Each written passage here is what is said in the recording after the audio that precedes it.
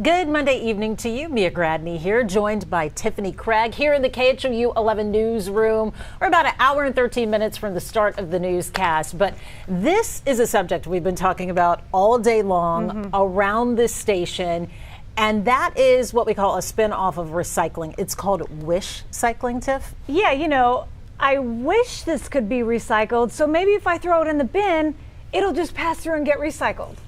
But the problem is that when so many of us do that, it ends up contaminating other items, and then everything goes to the landfill. So the whole idea here is kind of a lesson for all of us, and I'm standing here with cheat sheets because it gets confusing for me as well. Okay. And I'll give you an example real quick.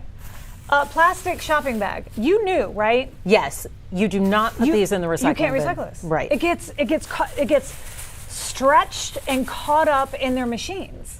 So this is one that you can't recycle. And when we went out on this story, everywhere, they were absolutely everywhere. And they're like, the city's like, please help us get the word out about this because it's tough. And it's really tough too, because sometimes even this bag, they'll have a recycling symbol on it, or it'll say recycle. And I always have to tell people, like, recycle in your own home, meaning repurpose and reuse it. Yeah, put it in the bathroom in the trash can. Right. And use it in there. Exactly. Yeah. It does get confusing. It really does. It does. And so what we did was we did a combination of things, right? We went out and just talked to everyday people, and I handed them items like this, for example. It's a newspaper inside this wrapper.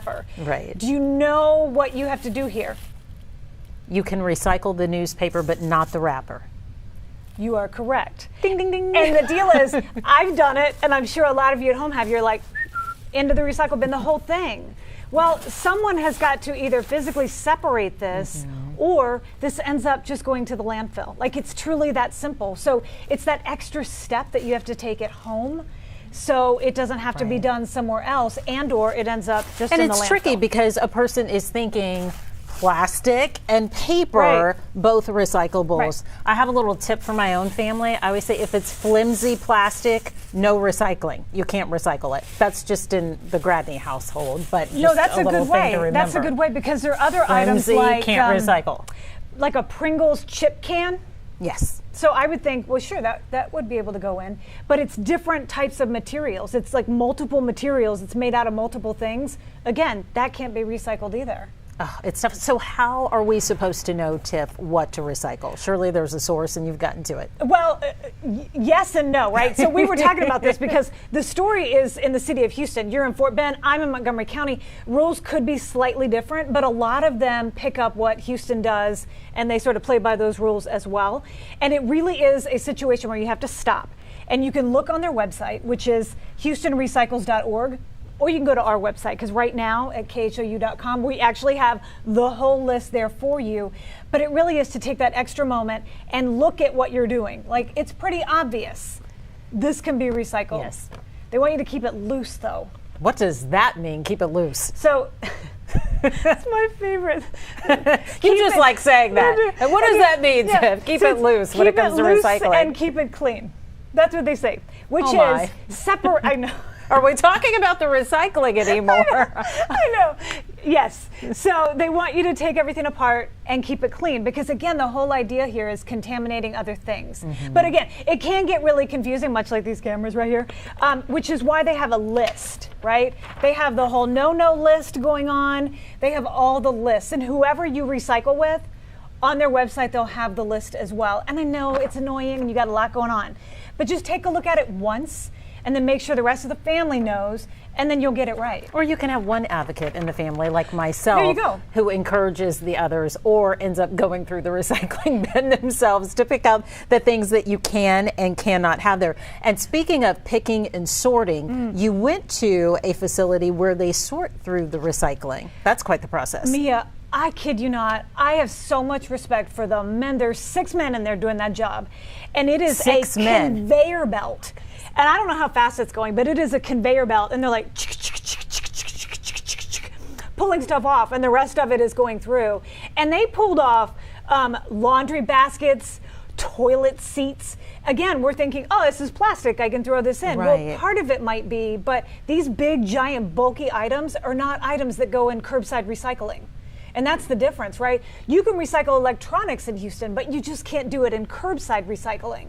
And that's the thing, you just have to know where these certain things go. It's very specific. It really, really is. Yeah. And it's a matter of educating yourself, watching Right. your story Right. as well. If you see me looking at my phone, I know you're probably like, what is she doing? Wait to text someone. I'm looking at your comments is what I'm doing. This is a big one. This is a really big one. Everyone's talking about pizza boxes, Tiff. Mike Sweeten said pizza boxes, yes or no. Hold on, wait for it. Mike also said, I was told you can't recycle pizza boxes because they have wax on the interior.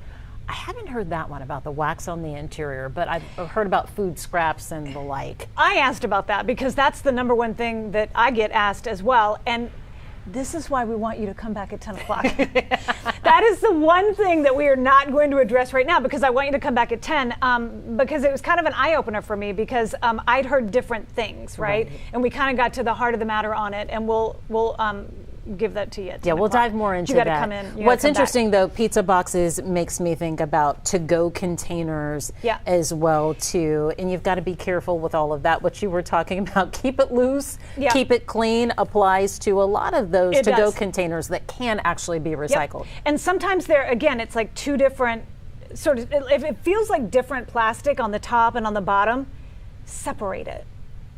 Always separate it, because part of those machines work by weight, and obviously a bottom end of a container is going to weigh more than a top end, and so if you separate it, the process gets easier. So I assume you're talking about those containers where you have a clear plastic top and a weightier, like black or darker colored just bottom. Separate it. Both of those things can be recycled, but you got to get them separated. And I know it just I'm not even doing gets that a little right. bit frustrating, right? And you're like, oh my gosh, what the extra work. But I will tell you this, the whole system has gotten more advanced. The general manager of the facility we went into said it's a little bit like a laptop computer, right?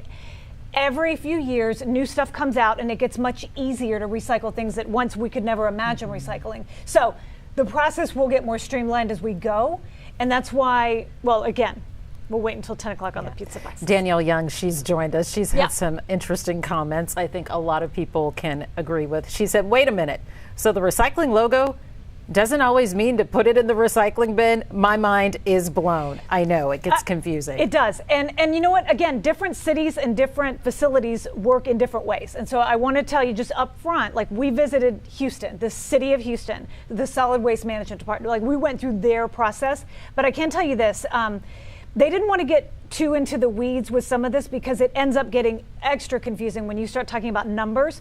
But if you live in the city of Houston, the numbers that can be recycled are 1 through 5 and 7, not 6. I don't know what 6 is, but 6 can't be recycled. So when you're looking, it's at the bottom, isn't it? It is. When you're looking, oh, here we go. See, and this one doesn't have one. Oh, this is a 1. So this is a number 1.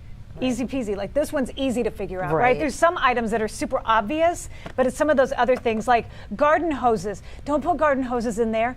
They wrap around the system as well. Clothing, furniture, hangers. Yeah, that's a big one. The dry cleaning baskets. The dry cleaning hangers. If you do dry cleaning, you take those hangers back to your dry cleaner. That's where that's where they recycle them. What's interesting is that I've read for people to take these back to the retailer.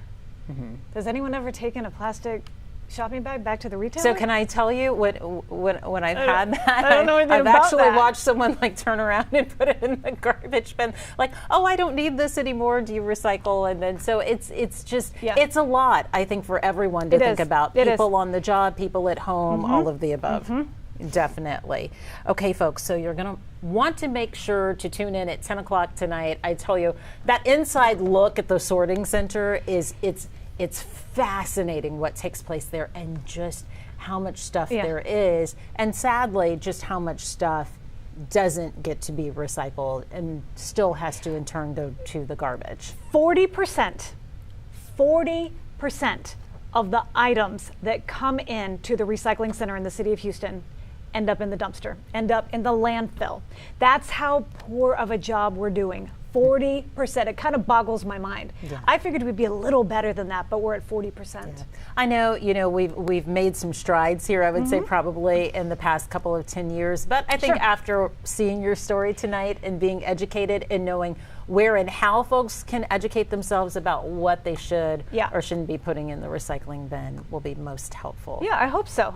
So I hope everyone comes back at 10 o'clock. Yeah. Can I tell them really quick? If you go to KHOU.com right now, we actually have quite a bit of information on the site now. And there's also a quiz on there.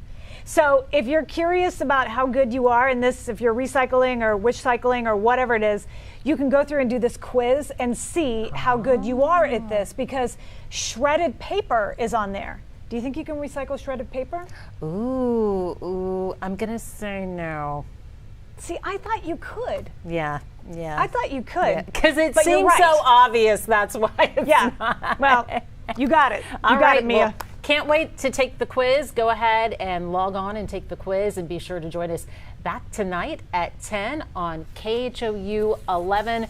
We'll see you both streaming. You can check us out on the website, on the app, and of course live on TV coming up tonight at 10. Tiff, thanks so much. Yeah, thanks for bringing the props, and thanks for schooling us. We'll see you later.